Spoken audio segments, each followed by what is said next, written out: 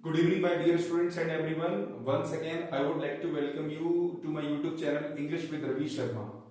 जैसा कि हमने प्रॉमिस किया था कि आज सैटरडे के दिन हमें इंग्लिश स्पीकिंग के बारे में चर्चा करनी है, इंग्लिश स्पीकिंग का कोई वीडियो अपलोड करना है और संडे के दिन हमें इंग्लिश वोकेबुलरी के बारे में चर्चा करनी है।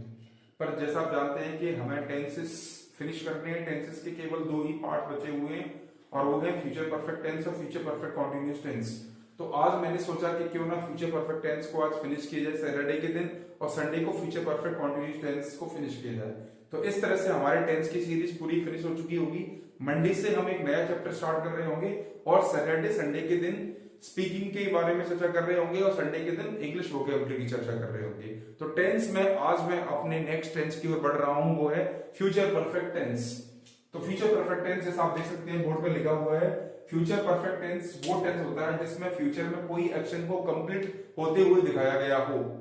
फ्यूचर में किसी एक पर्टिकुलर टाइम तक कोई एक्शन कंप्लीट हो गई हो, उसे बोलते हैं फ्यूचर परफेक्ट टेंस। जैसे आई विल हैव, कोई स्टूडेंट बोल सकता है I will have completed my degree by the end of 2027।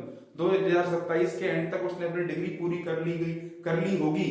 तो यानी फ्यूचर के किसी पर्टिकुलर टाइम तक कोई एक्शन कंप्लीट हो चुका हो, that sentence will be in future perfect tense. नाम में क्लियर है, फ्यूचर परफेक्ट टेंस। अब इसकी आइडेंटिटी की बात करेंगे। आइडेंटिटी चुका होगा, आ होगा, जैसे मैं वहां गया होगा, उसने वो काम पूरा कर लिया होगा या पूरा कर चुका होगा, चुकी होगी, ई होगी, चुके होंगे, ए होंगे। These kind of identity, these kinds of word will be in the end of the Hindi sentence. जब हम फ्यूचर परफेक्ट टेंस की बात करेंगे तो उसकी हिंदी सेंटेंस के एंड में आपको फ्यूचर परफेक्ट टेंस में ये आएगा। अब बात करते हैं इसके स्ट्रक्चर्स की। Subject plus will have, shall have plus verb की थर्ड फॉर्म प्लस ऑब्जेक्ट। यदि हम नेगेटिव स्ट्रक्चर की बात करें, subject plus will not have, shall not have plus verb की थर्ड फॉर्म प्लस ऑब्जेक्ट। यदि हम इंटरोगेटिव सब्जेक्ट की बात करें तो will shall plus subject plus have plus verb की third form plus object, last में आएगा question mark. Next WH structure की बात करें तो डब्ल्यूएच आएगा plus will shall plus subject plus have plus verb की third form plus object, last में क्वेश्चन मार्क आएगा। So these are the identity and structures of future perfect tense. Future perfect tense नाम में clear है, future में कोई action complete हो चुकी होगी और इसकी आइडेंटिटी होगी, चुका होगा, आ होगा, चुकी होगी, ए होंगी, चुके होंगे, ए होंगे।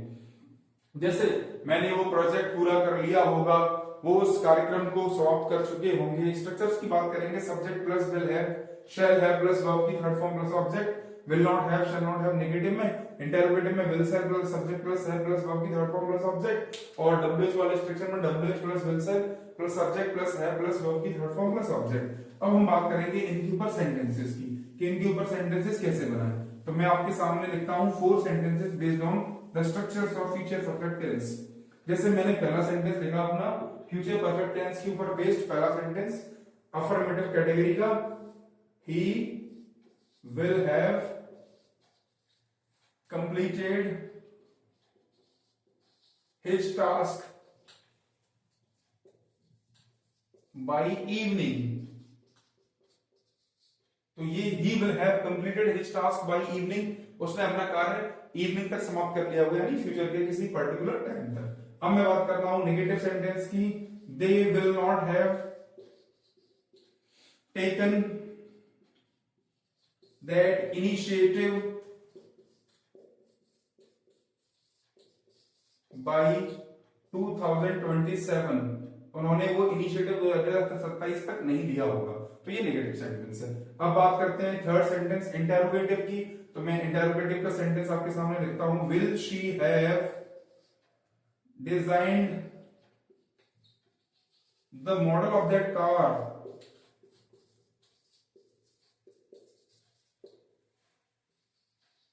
Bye the end of next year.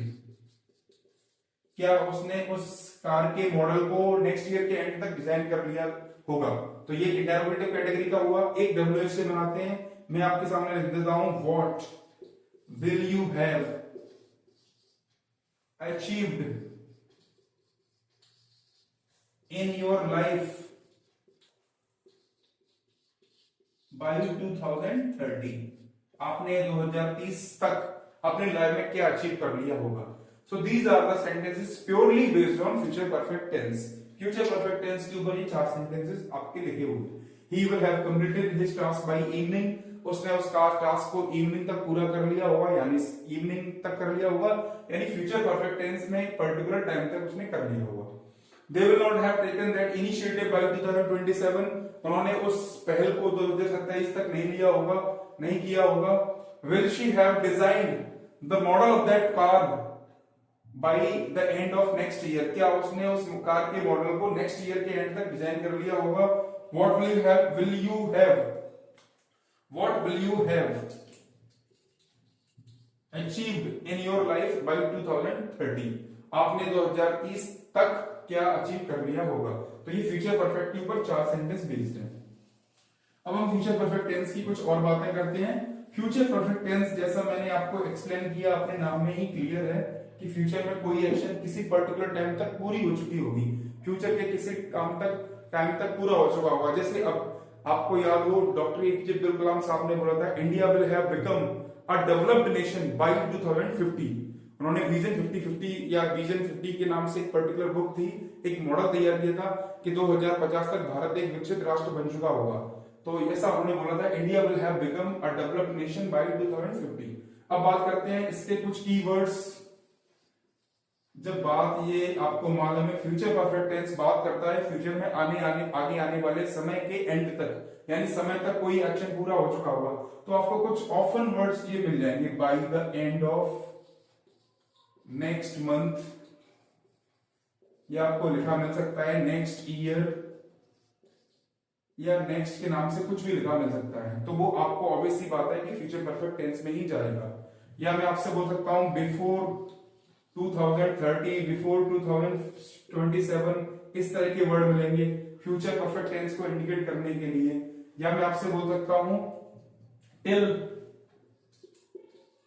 2050. तो इस तरह के वर्ड दिखाएंगे फ्यूचर परफेक्ट टेंस को. या इस तरह का कोई भी वर्ड आ सकता है, जैसे मैं आपसे बोल सकता हूं बाय इवनिंग, मैं आपसे बोल सकता हूं बाय टुनाइट. तो इस तरह के वर्ड जो फ्यूचर को इंडिकेट करेंगे, फ्यूचर के पर्टिकुलर टाइम तक किसी कार्य को समाप्त होते हुए दिखाएंगे. These kind of sentences will be in future perfect tense. जैसे मैं एक सेंटेंस आपके सामने लिखता हूं, she will have completed his assignment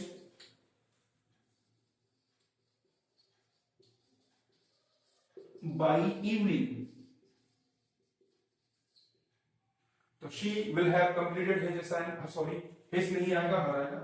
she के अकॉर्डिंग हमें हर का प्रयोग करना होगा. she will have completed her assignment by evening. तो उसने अपना असाइनमेंट इवनिंग तक पूरा कर लिया होगा. तो यानी फ्यूचर के किसी पर्टिकुलर टाइम तक कोई एक्शन कंप्लीट होते हुए दिखाते हैं, उसे बोलते हैं फ्यूचर परफेक्ट टेंस. तो फ्यूचर परफेक्ट टेंस में मेनली यही बातें हैं कि कोई भी एक्शन जो फ्यूचर के पर्टिकुलर टाइम तक फिनिश हो चुका होगा, that action, that sentence will be in future perfect tense. इसके अलावा फ्यूचर परफेक्ट टेंस के बारे में आपको इसकी आइडेंटिटी और स्ट्रक्चर को अच्छी तरीके से पढ़ना है, रिवाइज करना है. फ्यूचर परफेक्ट टेंसेस पर कुछ सेंटेंसेस फ्रेम करने की कोशिश करनी है. और आपको कहीं पर कोई प्रॉब्लम आती है, you can contact me, you can message me, you can WhatsApp me. और इसी के साथ मैं आज की ड्यूटी सेशन को खत्म करना चाहूंगा, समाप्त करना चाहूंगा. मिलते हैं कल लास्ट टेंस के लास्ट सेगमेंट से, वो है फ्यूचर परफेक्ट कॉन्टिन्यूअस टेंस. सो इस तरह से हमारे टेंस के सारे पार्ट्स पूरे हो चुके होंगे. From Monday onwards we would like to take a next chapter sequentially. तो इस तरह से हम धीरे धीरे चीजों को आगे बढ़ाएंगे और चैप्टर के साथ साथ हम स्पीकिंग और ग्रामर के अलावा वोकेबुलरी के बारे में भी चर्चा करेंगे संडे को. Till then I wish you all the best. Good luck, have a nice day. बहुत बहुत धन्यवाद आपका. Thank you very much.